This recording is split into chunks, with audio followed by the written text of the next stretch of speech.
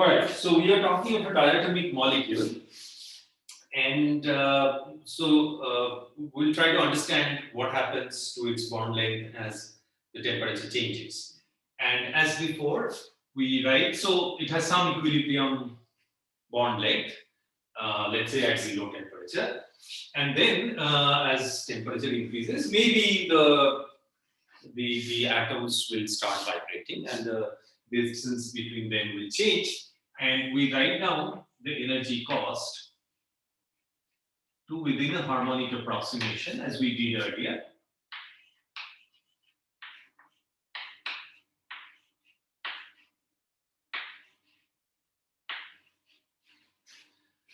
So that's the energy due to change in bond length. Now, at this point, if you write a harmonic model, it doesn't matter whether you treat it classically or you treat it quantum mechanically, the average value of x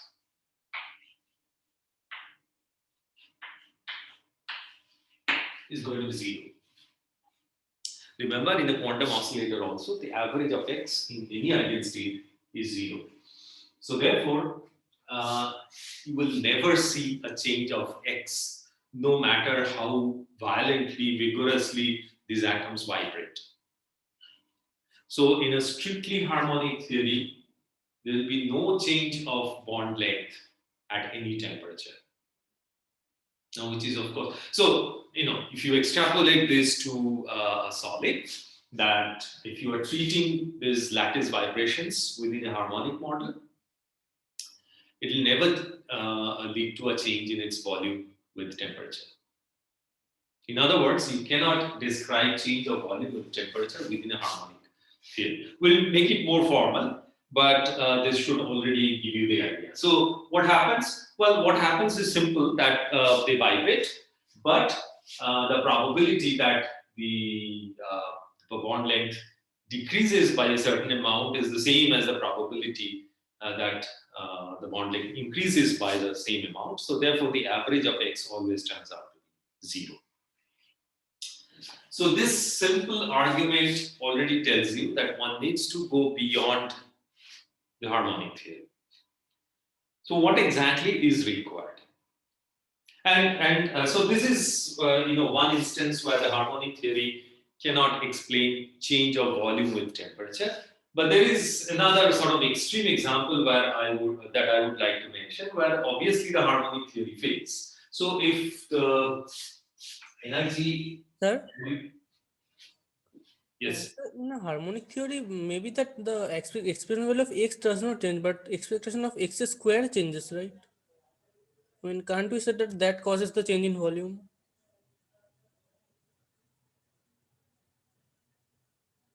No, I mean, what would give me my volume? I mean, it's the average separation between atoms which is going to give me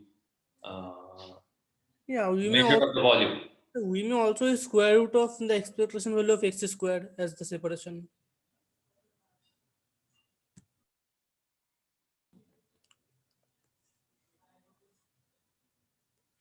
Yeah, but what would you see? What would you measure? If you're doing an experiment, what would you measure? I mean, the change in volume. Yeah, but what quantity sort of would you relate that to? Suppose I'm working with a diatomic molecule. Okay, and I can measure its bond length. And the bond length, what is the bond length? Bond length is the average value of x, the separation. It's not sort of the square root of x squared. That's not what I would be measuring. What I will be measuring is x, and that average of x turns out to be 0. So by doing that, we might also lose the information about expansion or shrinkage. For example, if we drop the temperature, Yeah.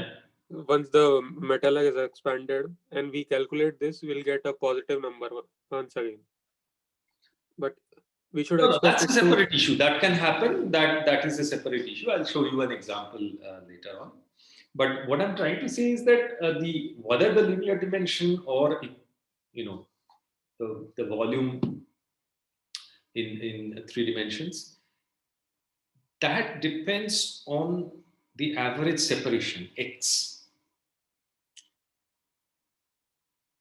So when I'm trying to relate my experiments to some quantum mechanical quantity, average quantity that I can calculate, I have to relate that to the average value of x. I can calculate x square, I can calculate root over x square, but when I'm measuring the linear dimension, that's not what I'm measuring.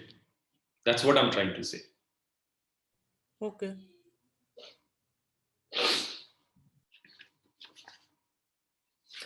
Okay, so the other extreme example that I was going to cite is that if the potential U is strictly harmonic, then it goes like that for all values of x.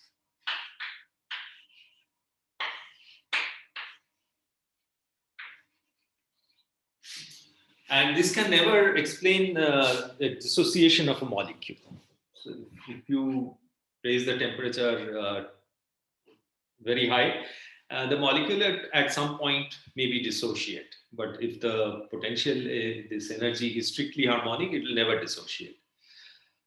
So obviously that cannot also be explained within a strictly harmonic model. But right now our goal is to understand linear expansion and for solids volume expansion and what is required to explain to sort of understand and explain that. So okay, the bottom line is that we need to go beyond harmonic approximation, and for that let us suppose that there are other terms in this energy expression. So I can write in general. So the understanding is that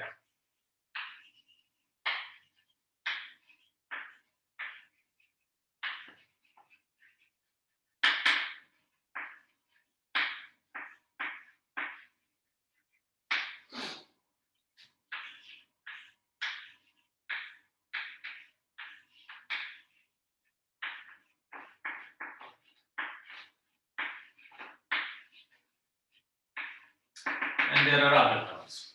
It doesn't stop at the quadratic term. And what we are interested in is calculating a thermal average of x. So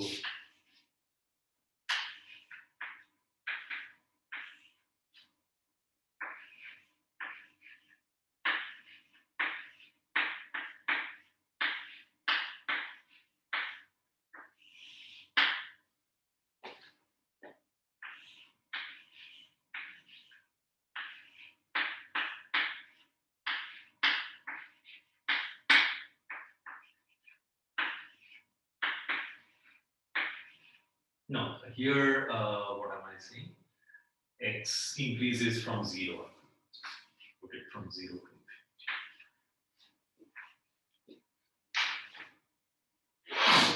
Okay, so this is the quantity one is interested in, and as we said, we have to have terms beyond the quadratic term. And so after this, what I'll do is this is a sort of bit of formal argument.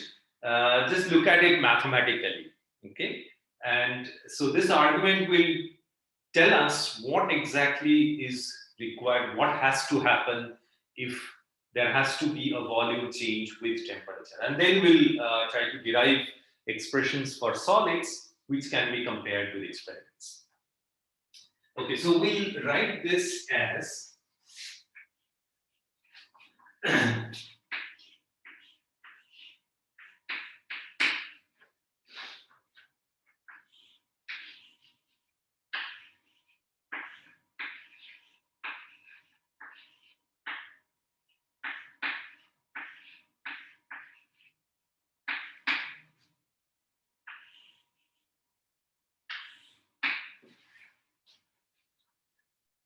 no, sorry, there is an AX term. Sir, the screen sharing has stopped. I don't know why.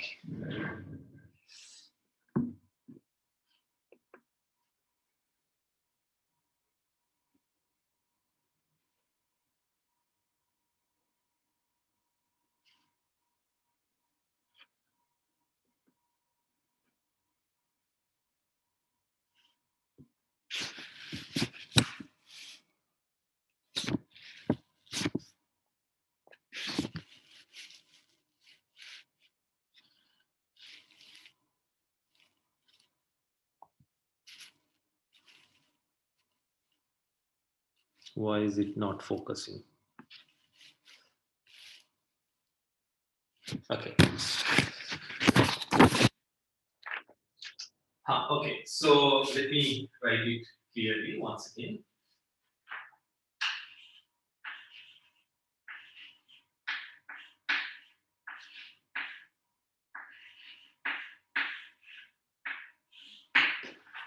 Yeah, so you can see that if you formally differentiate this with respect to A, you'll get this expression.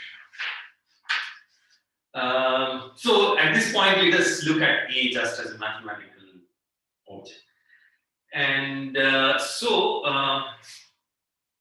what we'll do is we'll now write this expression for u of x, expanding it around some x naught, with the understanding that x naught, when there is a finite A, x naught need not be 0.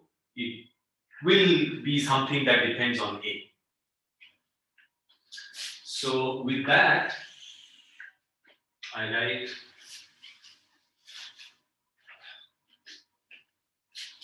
this is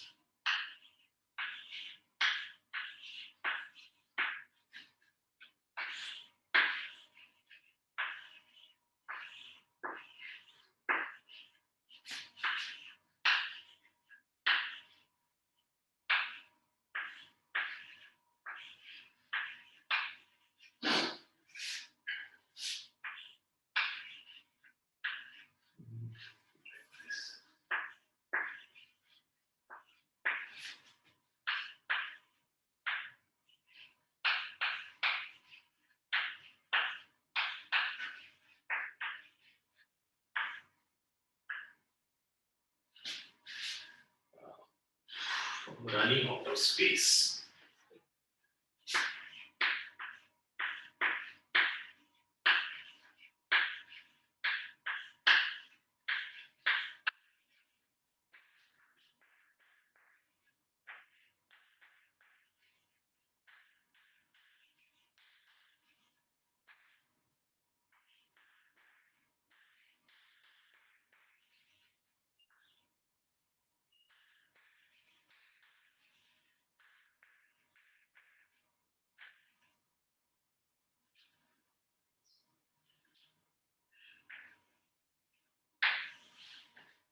At A equal to 0. So this has to be taken at A equal to 0. So I have just written ux up to quadratic order in this exponential.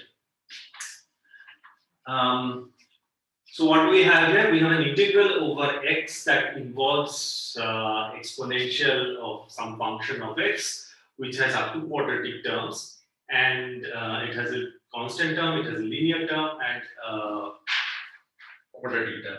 Now, when you have such integrals, this is a mathematical technique.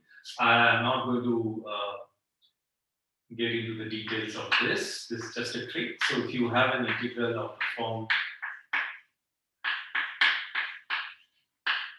what you do is basically you identify the point x naught where the function has a minimum and expand it around that. And you take up to quadratic term, and then you have a Gaussian integral, and then you know how to do the Gaussian integral.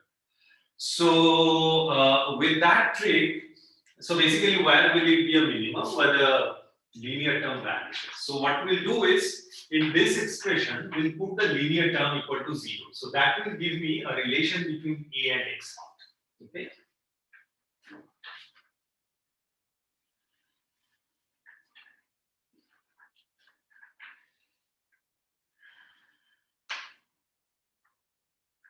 So if you put the linear terms, what you have here? You have ax here, you have beta u prime x naught x here. So equate the two, you get a is equal to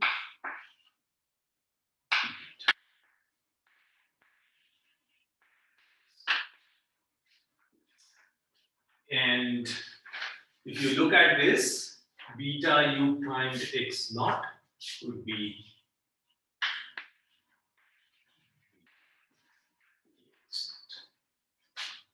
so this is something we will use later on.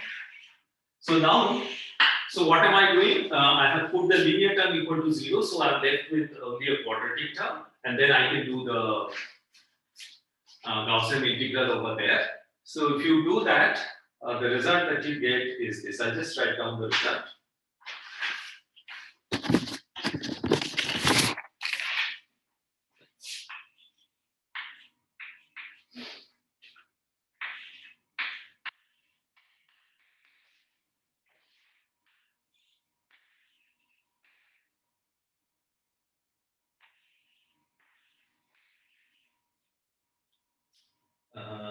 Not this. So, write this.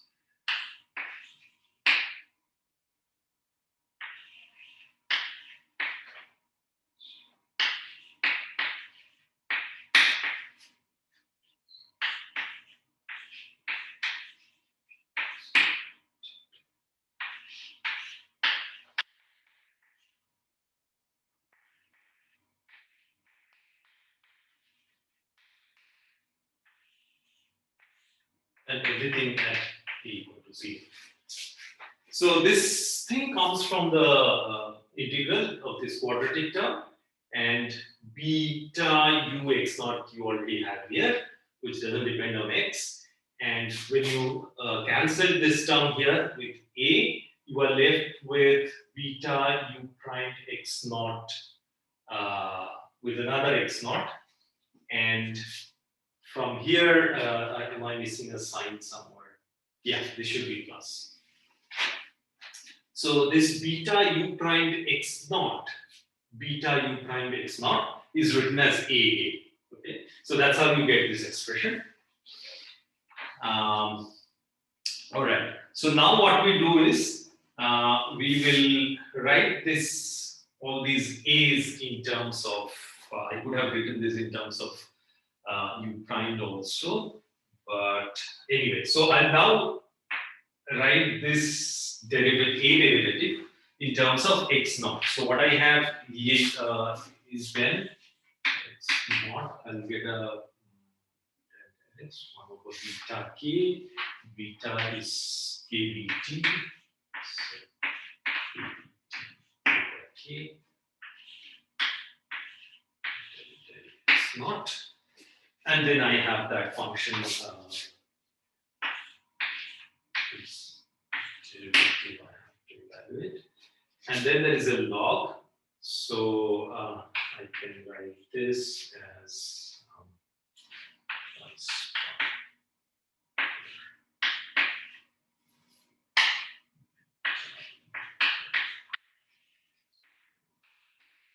and log of these exponential. So I get a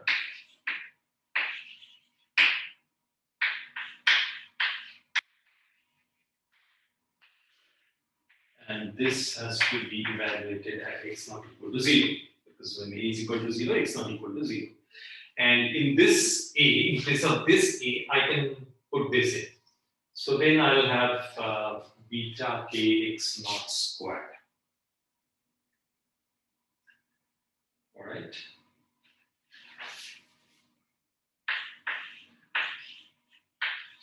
I probably am missing some factors of 2 somewhere. But anyway, we can worry about that later. So this has to be evaluated at x not equal to 0.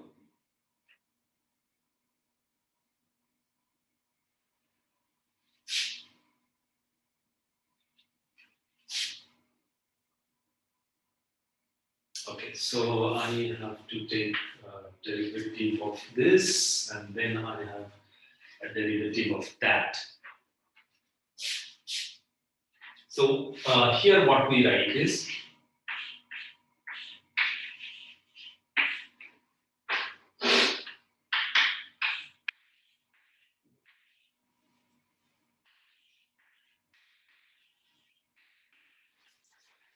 see, when you have a harmonic oscillator, the second derivative of your energy relates to the frequency in the following way, where mu is the reduced mass of the two atoms.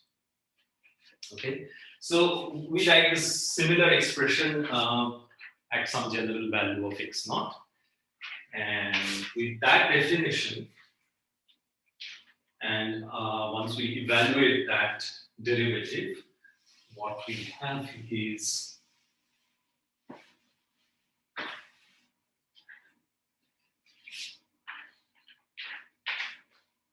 so basically now this is the part that you can easily work out from here. So what you'll have eventually is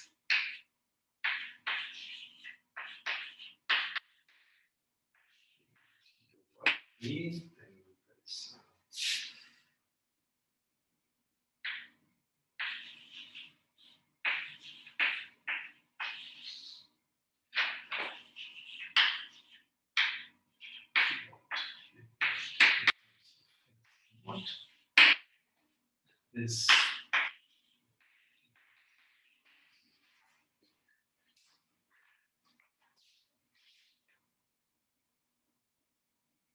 all right. So what do we need to have? The frequencies have to change with the separation. Okay. As the linear separation changes, the frequency has to change. So this is the condition under which you will have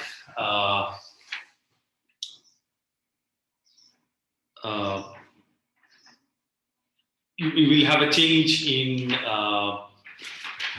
average separation between the two, because if this term is zero, then this will always going to be zero.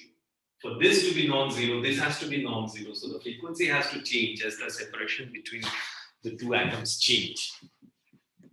Okay, and for that to happen, so what is del omega del x naught? It is related to, from here you can see, it is related to derivative of the second derivative of u. In other words, you have to have terms beyond the quadratic term in your energy expression. So these two are equivalent, saying that the frequency has to change as the separation between the atoms change is equivalent to saying that I have to have terms beyond the quadratic in the energy expression. Okay, so that is the condition under which I'll have a change in linear dimension or a change in volume as the motion of the atoms become, the amplitude of the motion increases. In other words, as I change temperature, the average bond length or the linear dimension of a solid or the volume of a solid is going to change. So with that understanding, let us now try to work out the general theory of solids, and let us see what is out there.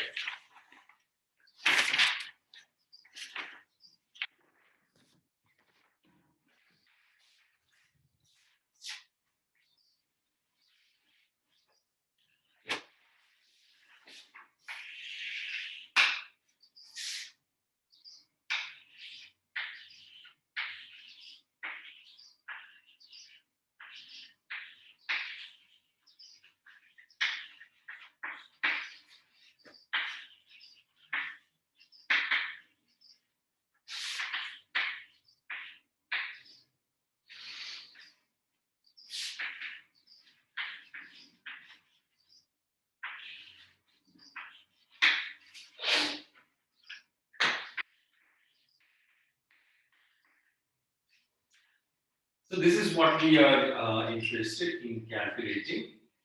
And so what we'll write is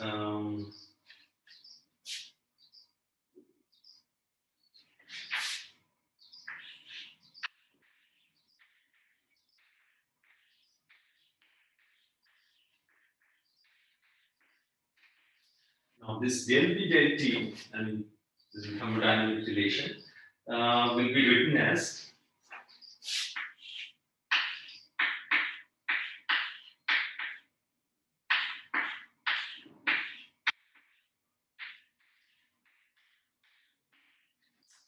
this is at a constant P, and this is at a constant T.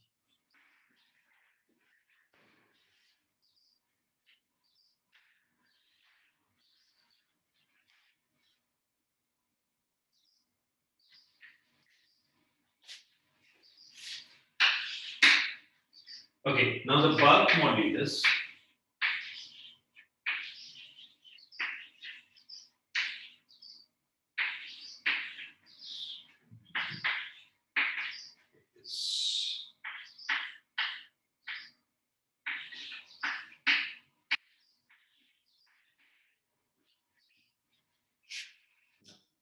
it's 1 over V, right? So change the volume. Sorry, what exactly is the definition of bulk modulus?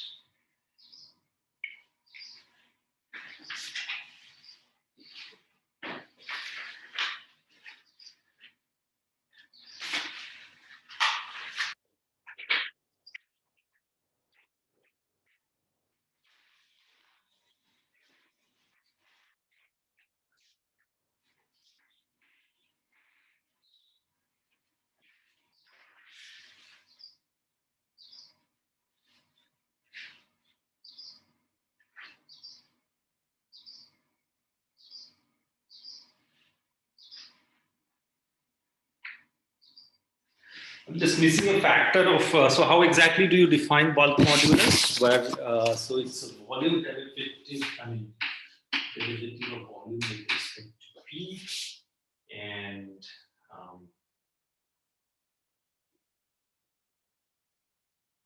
So yeah, there will be a factor of V because there will be a factor of modulus P, right? because modulus is stress over strain. So Right.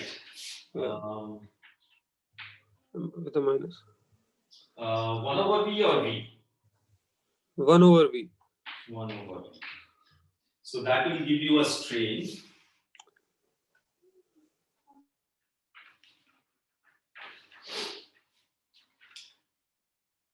Yeah, but bulk modulus should come out with the units of pressure. But this would be inverse of pressure. So I'm missing something over here. I think it should be del P del V. Yeah, it should be del P del V. That's what I'm making a mistake.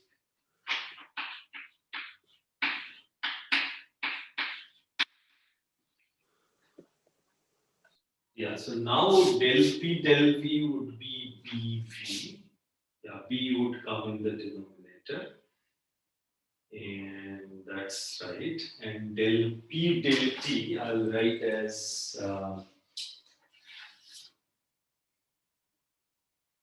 okay, so this del P del T.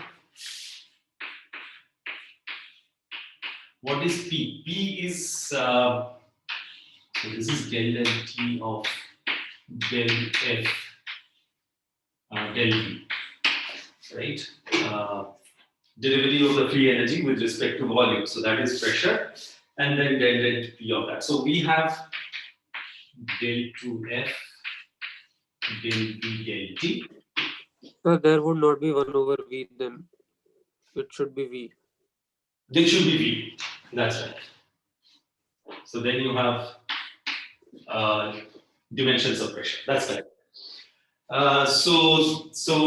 Okay. All right. So in place of del P del V, I'll use this B over V, and del P del T would be written as this. So with these two, I'll have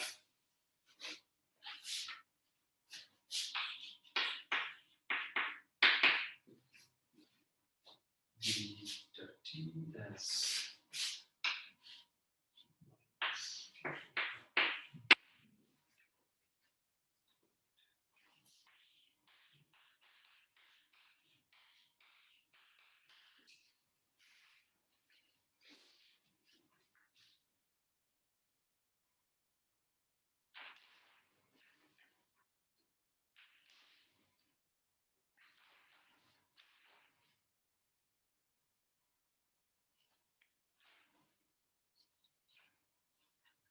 Okay, that's correct. So now what we'll do is, now we'll evaluate this term with our knowledge of these normal modes of vibration. So that is the task. This one. All right. So what was, how did we calculate, when we calculated the specific heat due to lattice vibrations, what we did was, firstly, we talked about this modes, which we called S, which is a combination of K and I, the polarization. There are three polarization directions in a 3D crystal, and there are n independent K values. So there is a total of 3 normal modes. So this S is that index, and we calculated the partition function for a particular mode Z as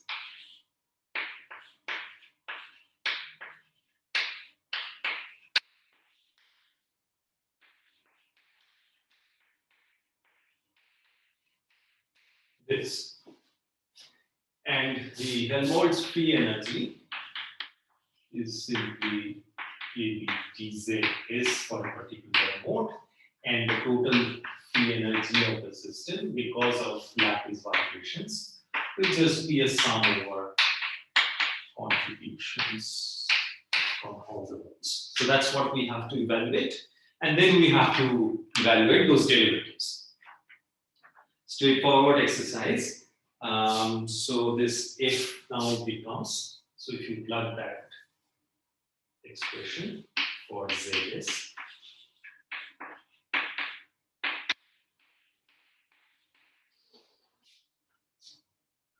what you have is,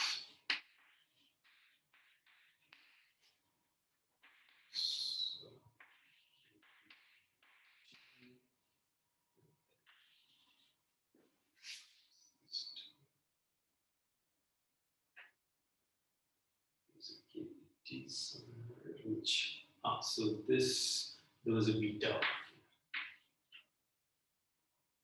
and so this will cancel this. I have a beta here.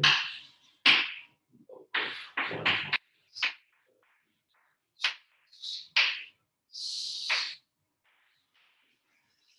Okay, and then you can take first the volume derivative. Now, what will change? So, what we argued here, this is where this thing becomes important. So, what we argued here is that for us to get an average of x which is different from 0, this has to be non-zero. So, in other words, we are looking for situations where this omega s, the frequencies, do change when you change the volume. So that's why we will get non-zero contributions. Okay. So then this can be written as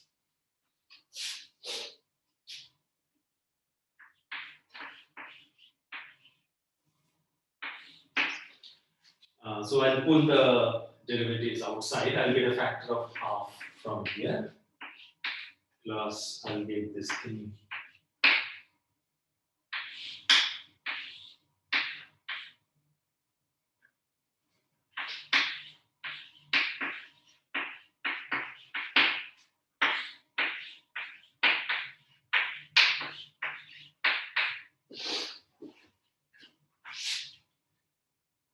Sir, in the written formulas of Fs, the logs are missing.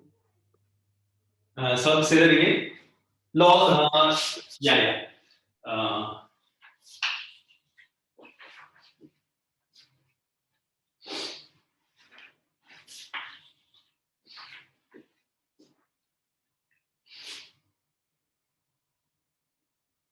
Okay.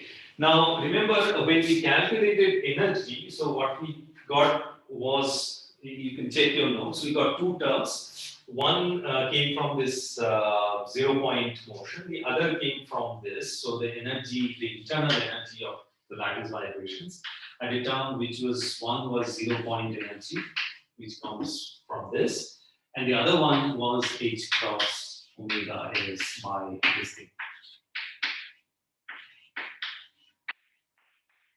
And this 1 over this factor is what we call the Bose-Einstein factor, or the average occupation of that phonon mode. So that what we'll denote as Ns.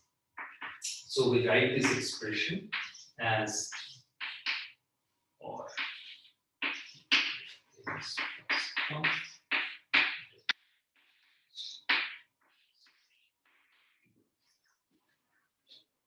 and then I have to take the temperature derivative of this. Okay? And what changes with respect to temperature? These don't change with respect to temperature. So what changes is this Ns, which has this beta factor. So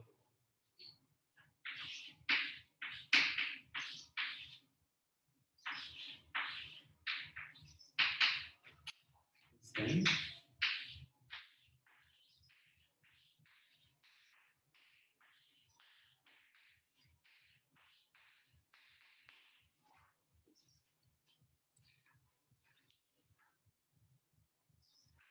okay, so that's second derivative.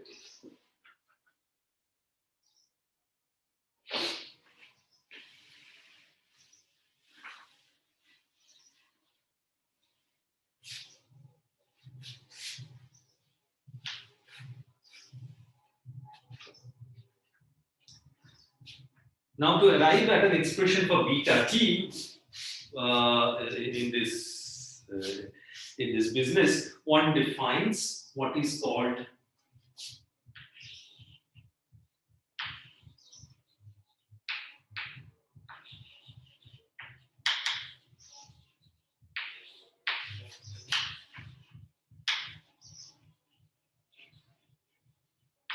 a Bruneian parameter. One can define a Bruneian parameter for each phonon mode, but let's just make matters simple and let us define a single overall Bruneian parameter, which is defined as follows.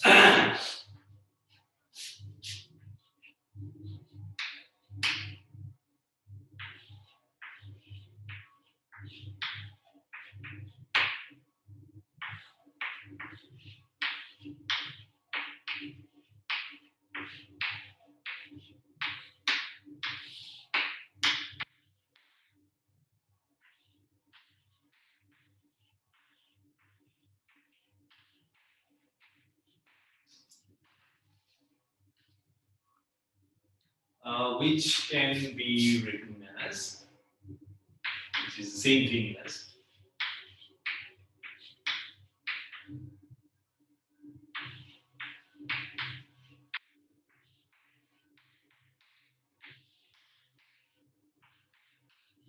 a minus sign.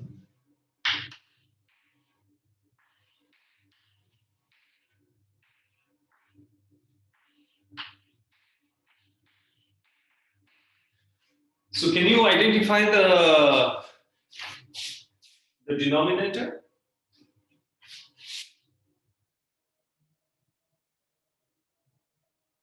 Have we come across this?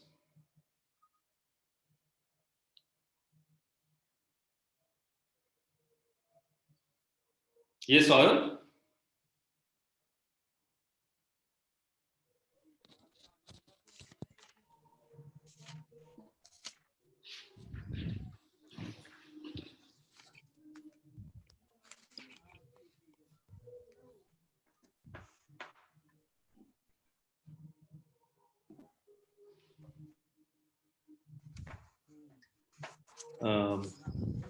Anyone who identifies the denominator?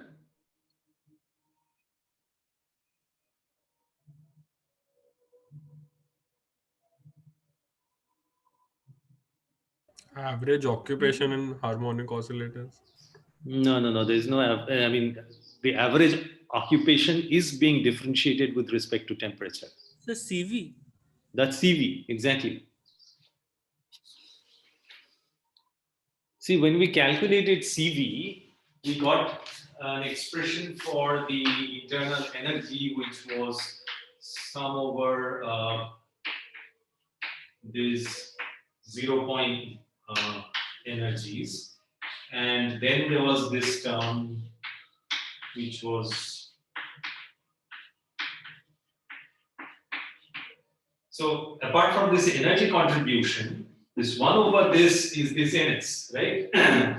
And when we took the temperature derivative, it is only this term which is temperature dependent here. And that gave us the specific heat contribution. So this is the specific heat, all right? And so this is something like taking,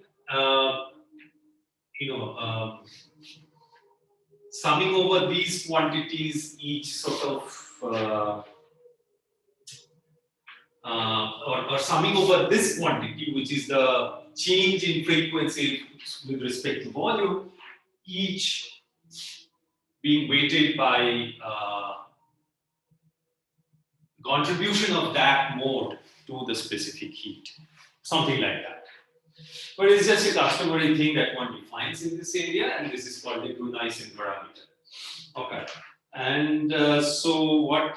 How does that help us? Now, in this, you see, this is simply this del 2F del V del T. Okay, and this is, of course, the specific heat.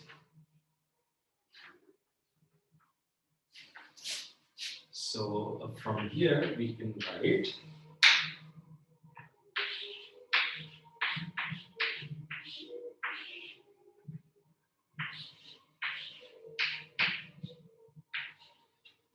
which is the numerator is this is the specific heat, so gamma T times CV, and CV is normalized to per volume, unit volume.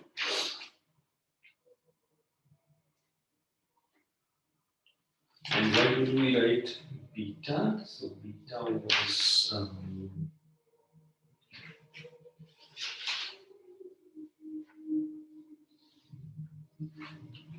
so what was our beta?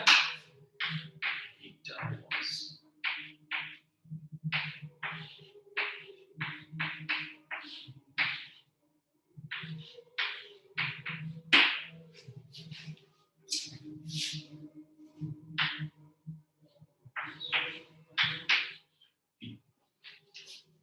okay, and we have got an expression for minus del 2F del V del T. So using these, what we have is so times T CV.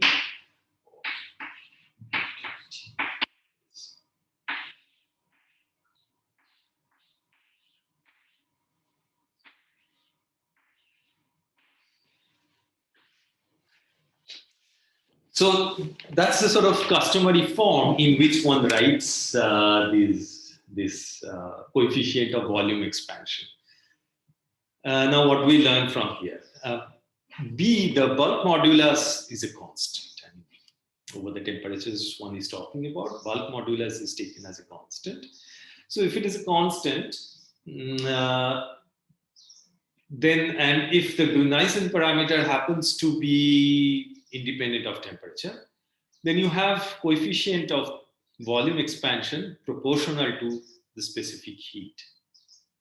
So if you plot CV and a properly scaled beta T, so beta T, CV scaled by gamma T over B, properly scaled quantities would exactly fall on top of each other, provided gamma T is not strongly dependent on temperature.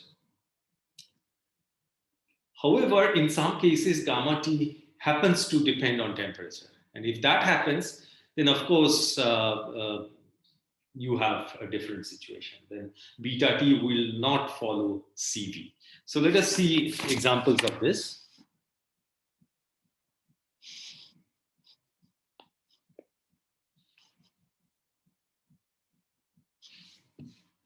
Okay, so here is an example of, I think this is bulk aluminum, yes. And here gamma T is not very strongly temperature dependent. It's more or less a constant over the temperature in which the measurements have been done. And so when you plot after proper scaling, the volume expansion coefficient and CV, the curves fall on each other. So the open circles are specific heat, and the filled sort of diamonds are volume expansion, and they exactly follow each other. On the other hand, if you look at something called invar, which is an alloy, I'm just showing you examples from Marder's textbook. Oops.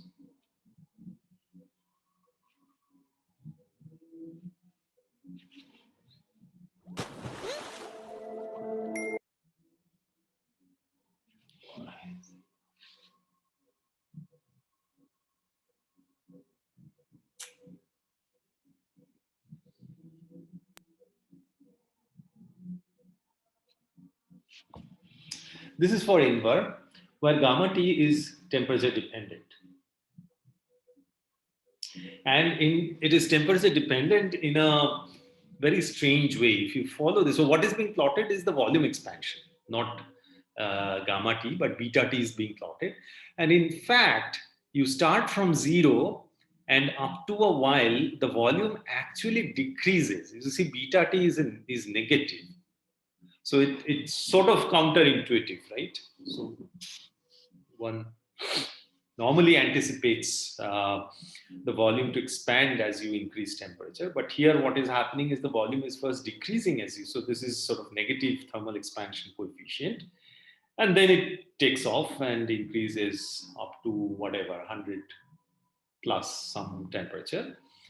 And then it is relatively flat compared to the curve we saw for aluminum, okay, which increases continuously starting from 0. Here it first decreases, then it increases somewhat, and then it becomes sort of flat beyond 100 Kelvin or so.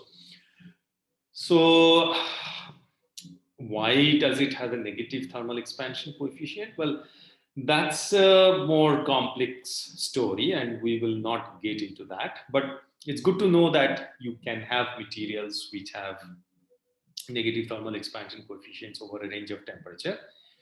It has to do with its electronic structure also. So another lesson you learn from this is that none of these degrees of freedom are strictly independent of each other. And we are just beginning to enter that, that complexity. In fact, the next topic we take up will be, well, it will not involve phonons, but it will definitely involve more than one electrons. But here what is happening is that in this particular alloy, there is some sort of magnetic transition that takes place over this temperature range where the volume actually decreases. So as the magnetic state keeps changing, the electronic structure changes. And as the electronic structure changes, the effective sort of interactions between the atoms or the nuclei also change. So that determines how this del epsilon S del V goes, whether it increases, whether it decreases, what exactly happens. It need not be the same for all the modes either. So this change of electronic structure determines how this term del omega S del V behaves, and that determines how gamma T behaves, and that determines how beta T behaves. So indeed, you can have negative beta T, although CV from thermodynamics should be strictly a positive quantity.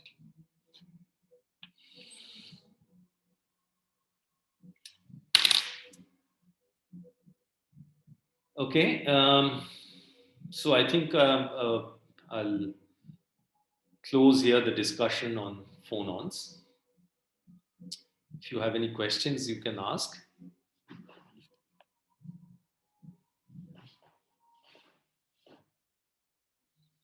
And this whole discussion that I did today is from Marder's text, so you can find it there.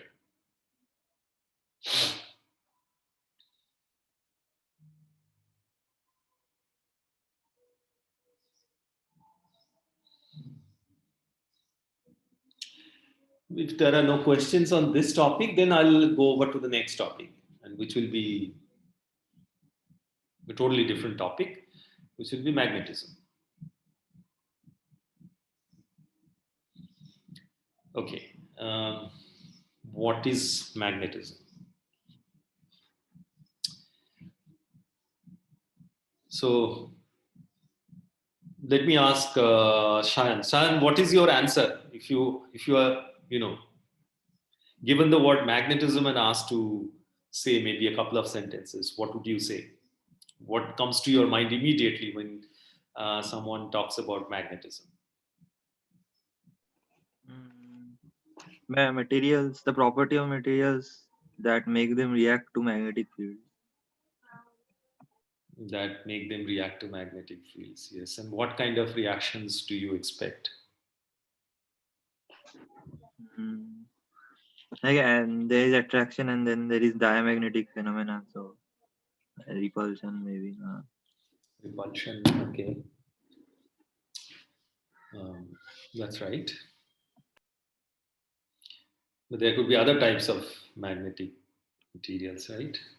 There are some which feel attraction, and what do you call them? Paramagnetic.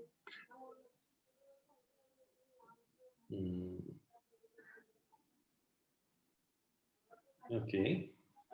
But there could be other materials which are already magnetic, right? Even before you bring them in a magnetic field. Yeah, ferromagnetic. That's right. There could be ferromagnets. There could be antiferromagnets. Okay.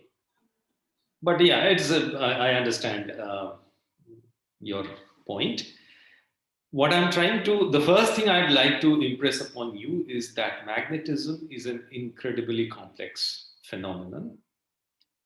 And we are still sort of struggling to understand, all aspects of it. I mean, the origin or what physical interactions lead to magnetism is something we do understand. But all the complex manifestations of magnetism is something we are, still understanding, I would say. And to give you a feel of how complex this could be, and let me just tell you, do I have that text? Okay, unfortunately, I forgot to bring that text. So I'll be following this text by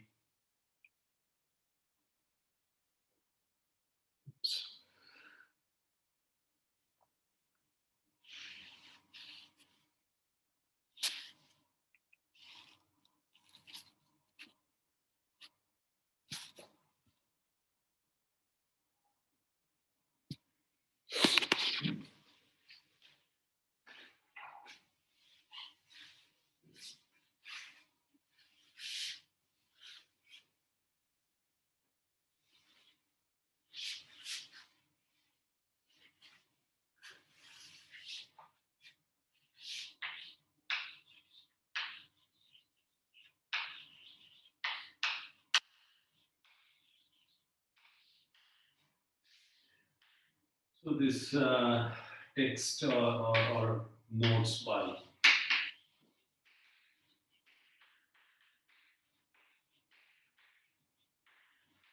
I'll be mostly following this. And at some places, maybe I'll refer to Ashcroft and Marmin, and I'll tell you where.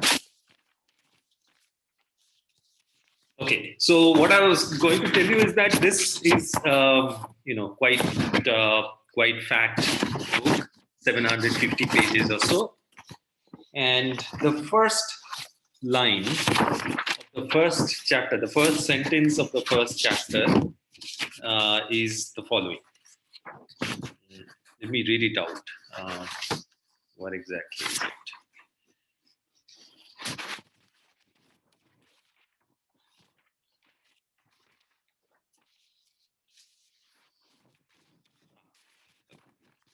So in the first line, he writes, magnetism is a vast subject and only a small part of it can be dealt with it in these notes.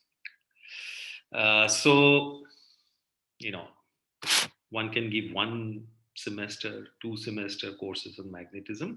So therefore, it's only very little that we can do in a few lectures in this course. And what we will focus on is not so much on the very rich phenomenology of magnetism, but we'll try to develop a somewhat atomistic, microscopic understanding of magnetism, in particular magnetic ordering. So what is still puzzling is sort of the magnetic ordering. Okay. Okay. So what different kinds of magnetic materials can you have? Let me try to list out the way I like to view this.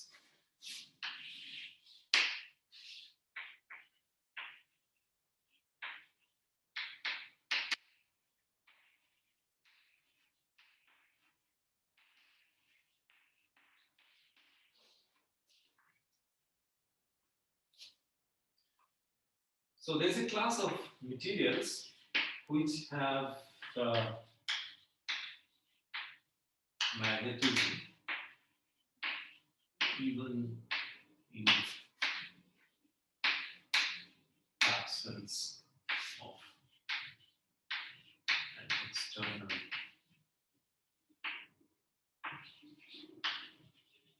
magnetic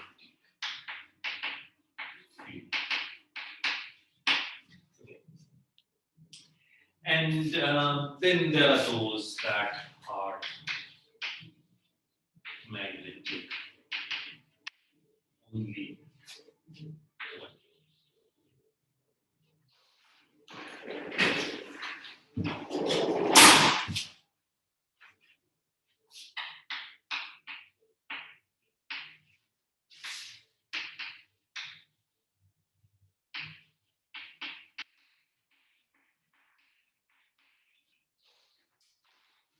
These two broad categories. Now, in the first class of materials, again, you can have different types of materials, okay?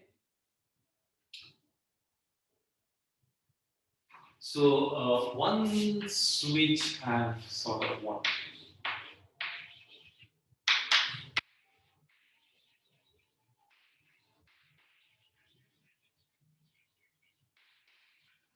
They have what I would like to call preformed moments.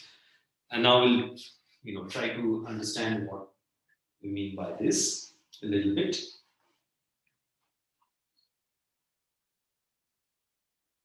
And what happens is that they have preformed moments, and these moments just align when you put them in a solid or cool it down below a certain temperature. And align meaning the order. So it could be ferromagnetic, it could be antiferromagnetic, it could be some more complex magnetic order, but they order in some fashion. They are not completely randomly oriented as you cool it down below, cool the material down below a certain temperature. Then there could be others which have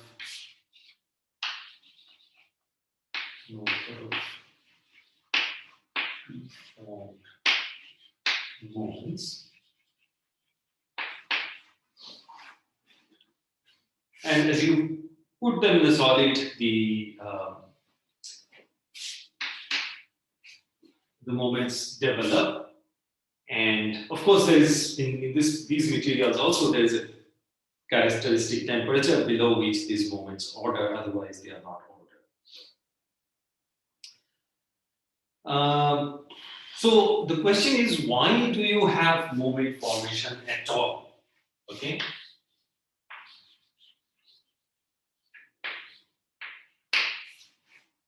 That's an interesting fundamental question. So in order for you to appreciate this better, let me put it this way. So when you study atomic physics right from your school days, you learn what are called the Moore's rules. Okay, there are 3 rules. And the first one of these says that if you have an atom and with a certain number of electrons in a partially filled orbital, then the electrons like to fill that orbit or those orbitals in a way so that the spin is maximized. So that's like a moment formation. Okay. So if you take manganese, for example, it a manganese atom has the outermost electron configuration, 3d5, 4s2, and these 5 electrons occupy the upspin states. Why? Now, have you ever worried about this question, or have you come across this question or its answer in any of your courses?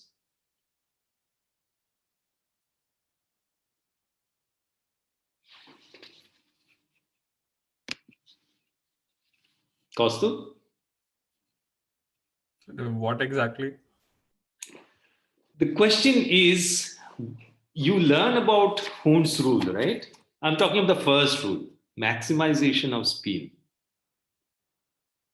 The question is, why?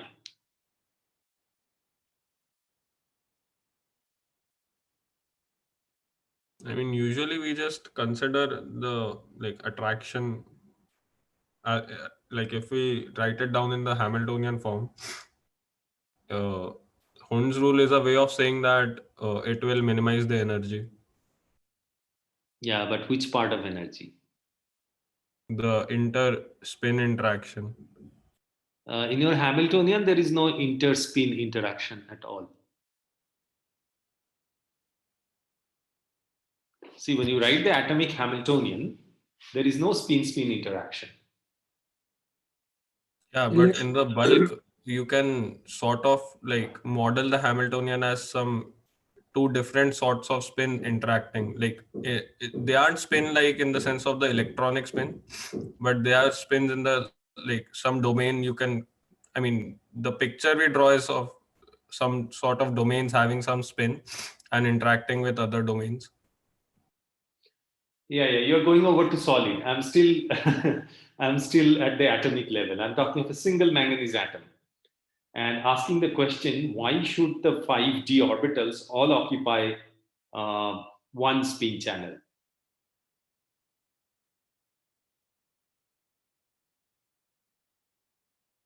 I mean, even different orbitals spin can interact, right? For different electrons.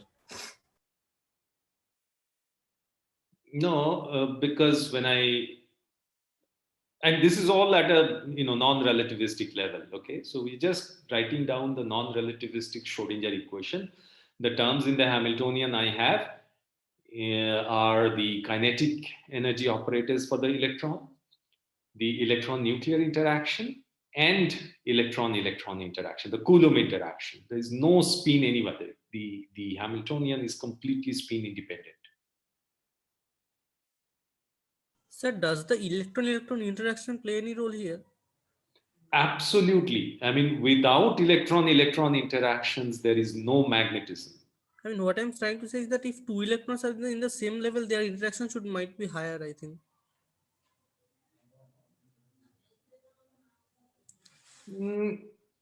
No, even that does not answer this question.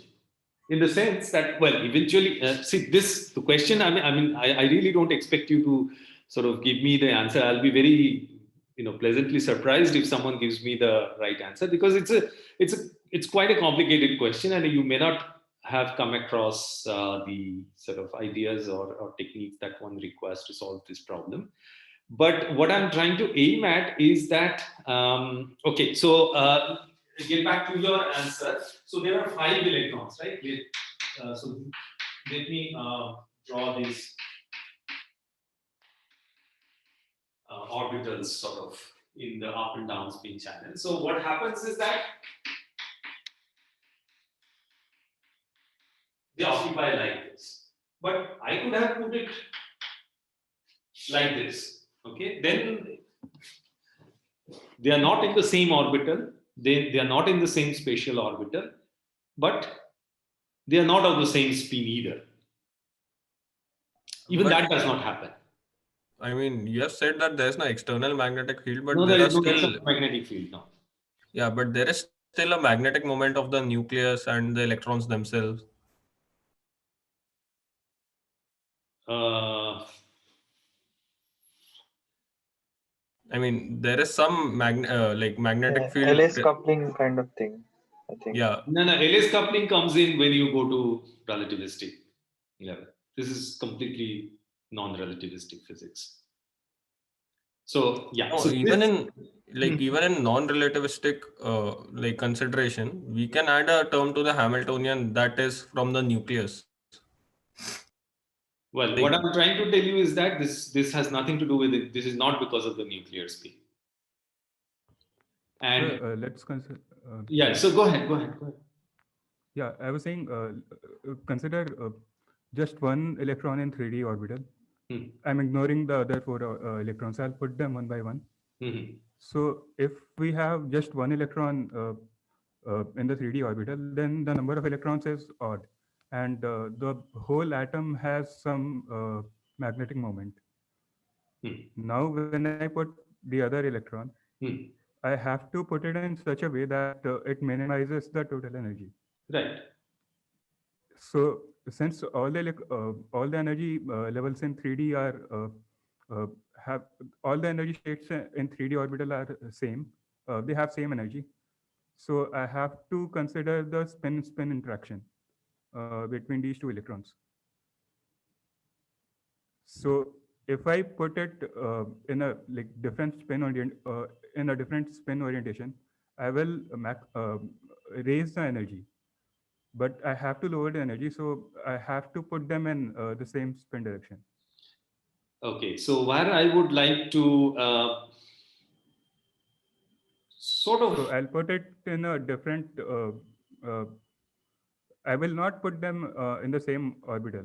Like no, you won't put them in the same orbital, but it's not a question of orbital. So if you put your first electron here, then you bring in your second electron, you could put it here, or here, or here. Why does yeah, it have to go here and not here? but if I orient them in if they are in the same level, if they are in the same m, then they have to be in the spins have to point in opposite directions. It could be in this orbital. Yeah, but if this the point is if the spins point in different directions, then they will repel. What is that interaction? Why wouldn't they repel if they have the same spin? I'm thinking about this classically. If two wires are if two wires have current in same direction, they attract, and when they are the current is in opposite direction, they repel. That's why something like that. If the spins Okay. are pointing in same direction, they have to attract.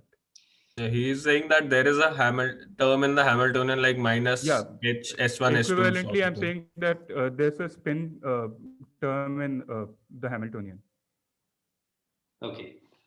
Firstly, there is no spin term in the Hamiltonian. The sort of first principles. So, in other words, spin-spin interaction, there is no fundamental spin-spin interaction. Everything emerges because of Coulomb interaction and this is the important part, Pauli exclusion principle. So magnetism is an effect of, given that electrons have spin, we are not getting into that question. I mean, why electrons are spin half and so on. That's not what we worry about in condensed matter physics. So electrons are spin half particles. They are fermions. They obey a Pauli exclusion principle. Number one. Number two, electrons interact through Coulomb interaction. So these two give rise to all these phenomena that we are going to talk about. Why moments form? Why Hund's rule? Hund's rule is a little more complicated. I probably won't get into that complication in this course. But what I'm trying to emphasize is that magnetism, the formation of moments, is a consequence of Coulomb interaction and Pauli exclusion principle. there is no fundamental interaction in nature of the type S1, S2. So there is no spin-spin interaction at a fundamental level. This S1.S2 or Si.Sj types of Hamiltonian that we derive are sort of effective Hamiltonians that emerge out of the sort of first principles, Hamiltonians that you can write down, and we'll see how they emerge. We'll not just study Ising, or in fact, Ising model we won't study. But Heisenberg model we will, and we'll see how Heisenberg model emerges from fundamental first principles Hamiltonian, which involves only Coulomb interactions. And magnetism, and because it depends on Pauli exclusion principle, I mean, it's a purely quantum phenomenon. There is no magnetism in classical physics, strictly speaking. Okay, so these are things I'll make more concrete as we go along. So Hund's rule, in fact, I'll just, without getting into the technicality, I'll just give you the answer. Part of it will become clear as we go along. Part of it, as I said, I'll probably not get into in this course. It's more complex. So for a long time, the understanding was that in atoms, these electrons try to all line up their spins, all align in the same direction in a particular sort of set of orbitals, because that decreases electron-electron interaction, and that electron-electron, that part of the electron-electron contribution is what is called exchange. Now this quantity, this energy called exchange energy, is something we'll encounter as we study magnetism. But as it turns out, the real answer is far more complicated, and the Hund's rule is followed, definitely because it lowers total energy, but it actually does not lower the electron-electron interaction energy. It lowers rather the kinetic energy of electrons. Anyway, but that's far beyond what I would like to technically get into. Okay, so the questions are why you have preformed moments. An example of that is the Hund's rule. And at this point, we'll just say that it minimizes the total energy. And then the question is, why do they align as you lower the temperature? What is the effective interaction between them? So that is something we'll study. And then there are other kinds of magnets. For example, so what I'm trying to differentiate between is the F electron systems, the rare earths, for example, and the D electron systems. In sort of this class, I'll put these in the sense that in the D electron systems, it's the same sort of same electrons that are responsible both for bonding and magnetism. Whereas in these systems, the F electrons normally do not take part in bonding. They just give you the moments because of this Hund's rule. And then there are other electrons which are responsible for bonding in these systems. But these electrons which mediate bonding also mediate interactions between these F electrons, some effective interactions in between these F electrons which have the moments and lead to magnetic ordering.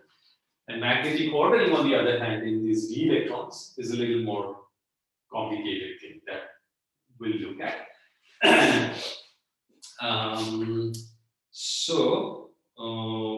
Okay. So in either type of systems, for them to align, there has to be some effective interaction between the speeds. That is what you are referring to S1, S2, Si.Sj. But these are all consequences of ultimately Coulomb interactions. And even there, one can have different types of interactions. So these interactions are generally termed as exchange or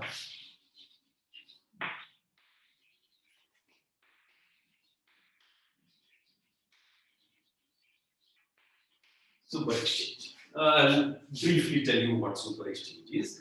And exchange can also be of different types.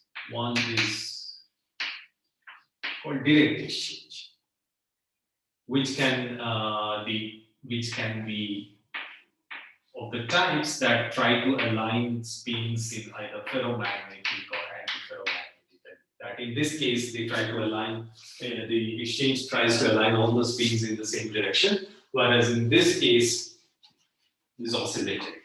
Alternate spins are up and down. And okay, so there can be, so this is something we'll study. There can be something called kinetic exchange.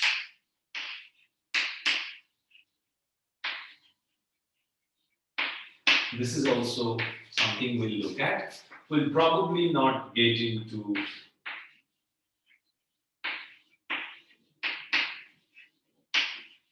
what is called double exchange. And again, I may or may not get into what is called the RKKY type of exchange, which is long range mediated by other electrons, not the electrons that carry the moment, but interactions between them are mediated by other electrons. And this is the kind of interactions that you can have in some of the electron metals. Super exchange is something that is mediated by, so if you have two atoms carrying moment, the effective interaction between them is mediated by a third atom. So that's called a super exchange. We'll not get into super exchange. So these two we'll definitely study. This we'll have to see. Okay. Now, as we classify systems in terms of whether they have free-form moments which align or moments that emerge in these systems, we can also classify systems in terms of their response to a magnetic field that we were just discussing. So, the response of a material to a magnetic field is defined as called the susceptibility, magnetic susceptibility, which you have come across.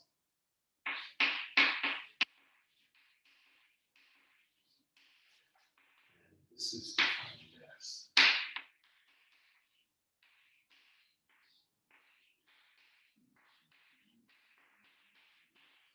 so as in the limit of small magnetic fields, how does the magnetization of the system respond to it? So that's susceptibility, and in general, a magnetic field can be space and time dependent. So therefore, the susceptibility can also be space and time dependent, and so on. You have systems with chi greater than 0, and these are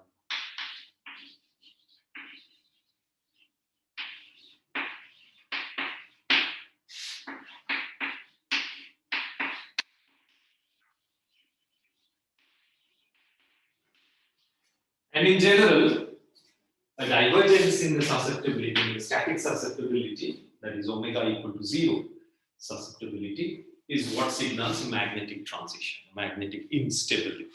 And that is the fact that we will use while studying magnetism, in particular in D-band metals, like the 3D metals.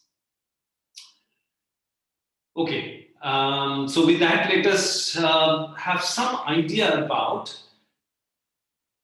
the energy scales involved. So what are the, so when you have magnetic moments in the systems, there are interactions between magnetic moments or magnetic moments and an external magnetic field.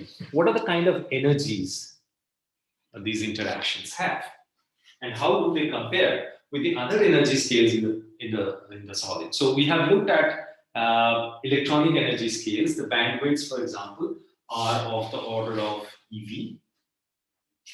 Few eV.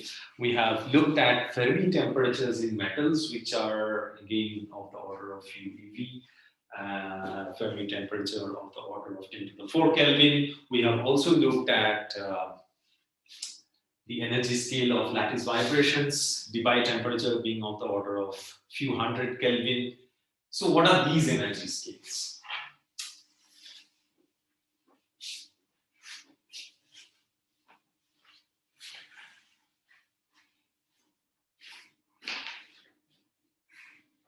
So the moments on atoms is of the order of Bohr magnet, few Bohr magnets, let's say.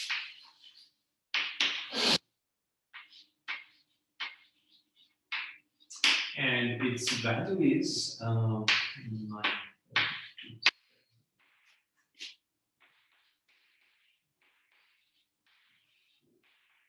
Joule per Tesla.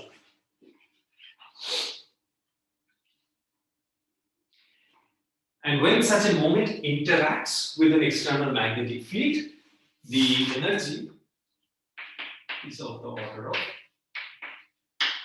UVH. So the question then is, what kind of magnetic fields do we apply on solid systems?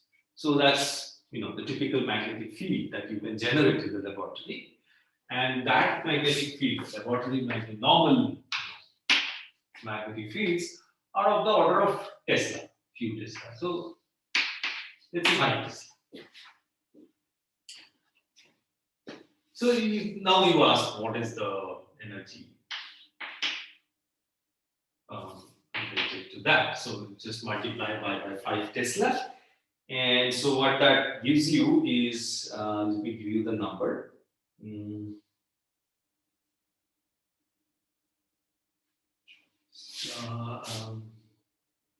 So we get 9.27 into 5.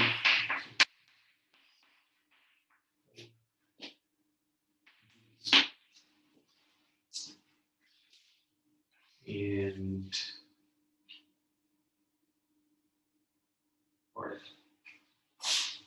so this will give you something of the order of 10 to the minus 19 electron volt. So something of the order of 10 to the minus 5 eV or something, right? Apart from these factors. And because 1 joule is 1.6 into 10 to the minus 19 electron volts, and when you convert, so you already get a feel of what this energy is. And then if you convert this to Kelvin, you get something like 3 Kelvin. So the point here is that this energy scale is much, much smaller compared to even at the sort of average or higher end magnetic fields that you can generate in the laboratory. This magnetic interaction is rather small as compared to electronic energy scales, which are to the 4 Kelvin, or the thermal, the phonon energy scales, which is in the 2 Kelvin.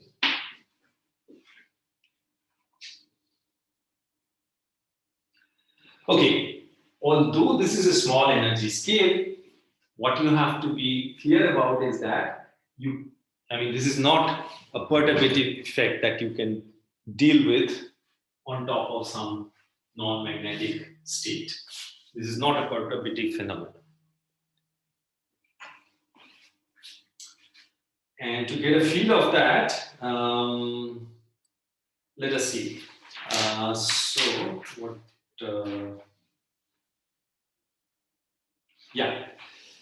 That is simply because, as I say, this magnetism emerges because of electron-electron interaction, which are strong Coulomb interactions. So this is not a perturbative phenomenon, number one. And here we are talking about interaction of magnetic moment with the external field. Then then the question is, what aligns these magnetic moments inside the system? Once they have formed, and that formation is due to electron-electron interactions, what aligns them? simplistic picture could be that because you have magnetic dipoles, so the dipoles would interact, and that could lead to some order. So let us try to have an idea of what that interaction is. So if I take an example of BCC which has a moment of per atom moment of something like 2.1 or 2.2 nu. And the interparticle separation for that E is something like 2.5 angstrom. So with this, you can ask what is the sort of energy scale of dipole-dipole interaction, which goes as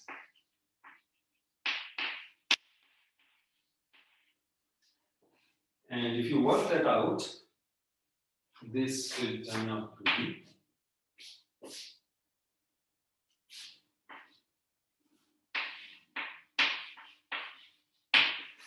which is even smaller than this.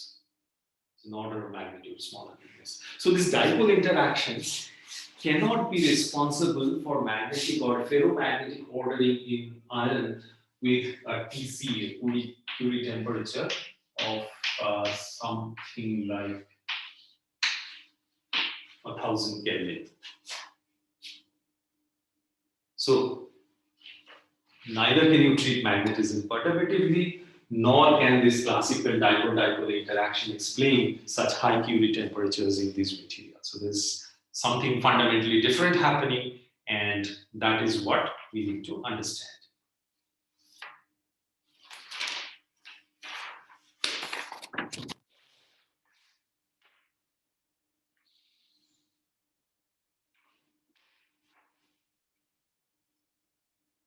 Sir? Yes. When you say electron-electron interaction, do you mean like, I don't know about why the spins order, but I think by electron-electron interaction, you mean that, let's say I have two electrons in px orbital, then their interaction energy would be higher if two electrons were in different orbitals, px and py orbital. Do you mean that? I mean, if the two electrons are in px orbital, then their probability distribution overlaps. Yes. As compared to if the two electrons were in different orbitals, px and py orbital. Sure. But what I'm asking is not that part is understood. That if you put one in px, one in py, as opposed to putting both of them in px, the energy cost would be less, right? That is understood. But that is not the question I'm trying to address. What I'm trying to address is when you put one in px and the other in py, why does the py orbital tend to have the same spin orientation as the electron in the px orbital? Why does the spin relative spin orientation matter? That is the question we are trying to address. And you're saying this is related to exchange energy? This is related to exchange energy, yes. Okay. Which is a completely non-classical effect. There is no classical equivalence of exchange. It arises because of fermionic nature of electrons. So that is why I repeatedly am saying that it's interactions and Pauli exclusion principle. These two are responsible for magnetism. If electrons were non-interacting, there would be no magnetism.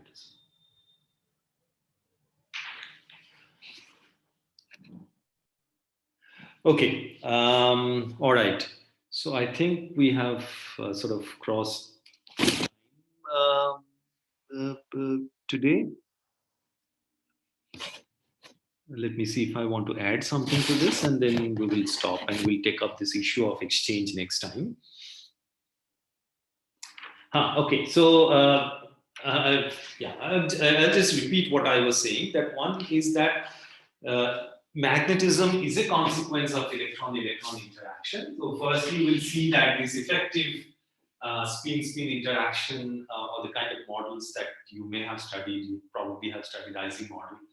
Those are effective models that emerge again because you have electron-electron interactions and Pauli exclusion principle.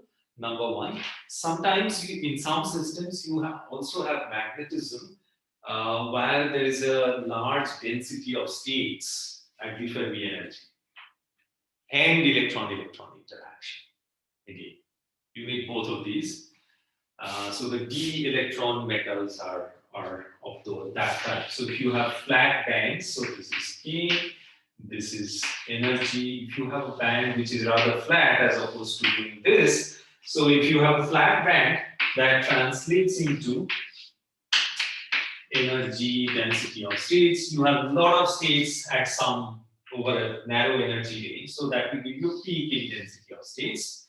When you have such peaks in density of states at the Fermi energy, and in addition you have strong enough electron-electron interactions, it turns out that these systems tend to become magnetic. So the ground state becomes magnetically ordered. Sometimes these are also accompanied by metal insulator transition. So this is another point which I don't want to talk too much about, but quite often magnetism is not an isolated phenomenon in the solid. It is accompanied by metal insulator transitions, or it could be charge ordering, so on and so forth. So actually, looking at a broader picture, all these are consequences of electron-electron interactions and the fact that electrons are fermions. And so magnetism is not really an isolated phenomenon. But here in this course, we'll focus on magnetism.